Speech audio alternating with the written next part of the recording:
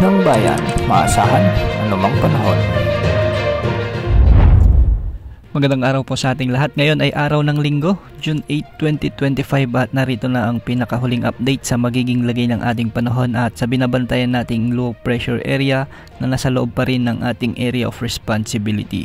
Huling namatan ang LPA na ito sa layong 115 kilometers north ng Virac, Catanduanes o 285 kilometers silangan ng Infanta, Quezon Province. Samantala, southwest monsoon pa rin ang nagdadala ng mga pag-ulan sa kanlurang bahagi ng ating bansa. Makikita nga natin sa ating satellite animations na ang low pressure area na ito ay nagdadala na ng mga pag-ulan at kalat-kalat na pag-ulan at thunderstorms sa Bicol Region, Central Visayas, Eastern Visayas, sa may Aurora at Quezon Province. Ang mga lugar na ito ay pinag-iingat natin sa banta ng mga biglang pagbaha o pagguho ng lupa lalo na kung may mga katamtaman at malalakas na pag-ulan.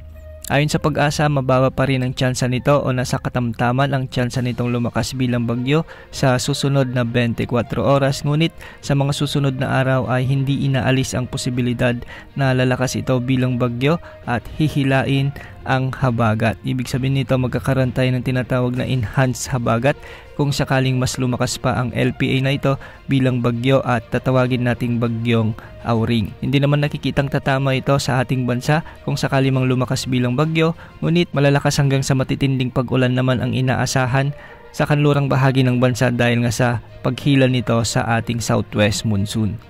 Samantala dahil nga sumiiral ng southwest monsoon, makikita rin natin sa ating satellite animations na concentrated ang mga pag-ulan o makakapal na kaulapan sa malaking bahagi ng Metro Manila, Mimaropa, ang nalalabing bahagi ng Visayas, ang nalalabing bahagi ng Central Luzon, ang nalalabing bahagi ng Calabarzon, kasama na rin sa Zamboanga Peninsula, Northern Mindanao at Caraga Region. Ang mga lugar ding ito ay posibleng makaranas ng mga katamtaman hanggang sa malalakas na pag-ulan, kaya posible rin ang banta ng mga biglang pagbaha o pagguho ng lupa. Para naman sa nalalabing bahagi ng ating bansa, magiging bahagyang maulap hanggang sa maulap rin ang mga papawirin na may mga isolated rain showers and thunderstorms dulot pa rin ng umiiral na southwest monsoon. Posible pa rin ang banta ng mga biglang pagbaha o pagguho ng lupa, lalo na kung may mga umiiral na severe thunderstorms.